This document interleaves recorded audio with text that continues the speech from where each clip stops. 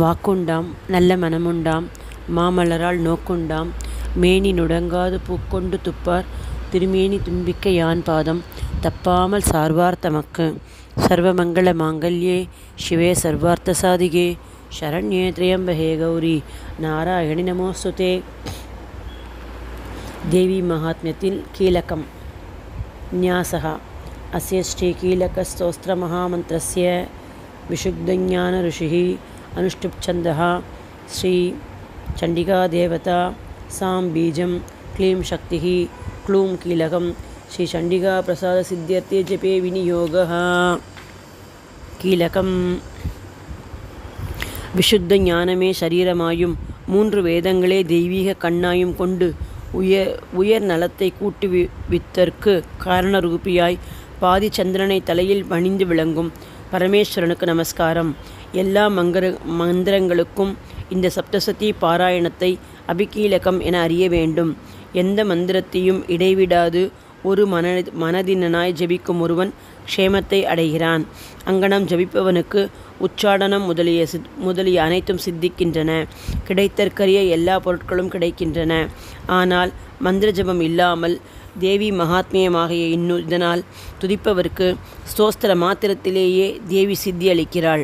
அப்புருஷனுக்கு காரிய சித்திக்கு மந்திரமோ மூலிகையோ வேறு எதுவுமே வேண்டியதில்லை. ஜபம் இல்லாமலேயே உச்சாடனம் முதலிய எல்லாம் சித்திக்கும். இது பரிபூரண பலனை அளிக்க வல்லது. பல மந்திரங்களில் எது சிறந்தது என்று உலகில் ஏற்படும் சந்தேகமாகிய இதை கருதியே இதுவே எல்லா நன்மைகளையும் அளிப்பதாக இருக்கட்டும் என்று இவ்வுலகிற்கு இதை சிவபெருமான் அளித்தருளினார். சண்டிகையின் ஸ்தோத்திரமாகிய இதை இரகசியமாக போற்றத்தக்கதாய் அவர் செய்தருளினாய். இதனால் உண்டாகும் புண்ணியத்திற்கு முடிவே இல்லை என்ற அந்த நிர்ணயத்தை உள்ளபடி உணர்தல் வேண்டும்.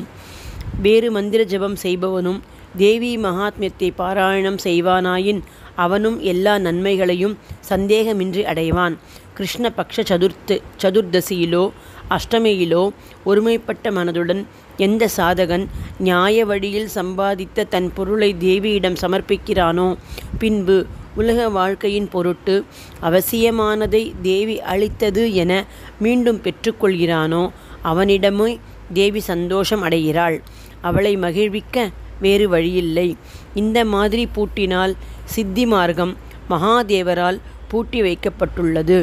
மேற்கூறிய முறையில் எவன் தடைகளை நீக்கிவிட்டு சப்தசதி ஸ்தோத்திரமாகிய இதை நாள்தோறும் தெளிவுபட ஜபம் செய்கிறானோ அவன் சித்தனாகவும் தேவியின் அடியார் கூட்டத்தை சேர்ந்தவனாகவும் கந்தர்வனாகவும் பிறரை காக்க வல்லவனாகவும் ஆவான். அவன் எங்கும் சஞ்சரிப்பவனாயினும் எங்கிருந்தும் அவனுக்கு பயம் உண்டாகாது. அற்ப ஆயுளில் மரணம் அடைய மாட்டான். மரணத்திற்கு பின் மோட்சத்தை அடைவான். நிஷ்கீலக முறையை அறிந்து கொண்டு சப்தசதி பாடத்தை ஆரம்பிக்க வேண்டும். இதை அனுஷ்டிக்காதவன் வீணன் ஆவான். ஆகையால் இதை அறிந்த பின்னரே குறைவற்ற இந்த ஸ்தோத்திர பாடம் புத்திமானால் ஆரம்பிக்கப்பட வேண்டும்.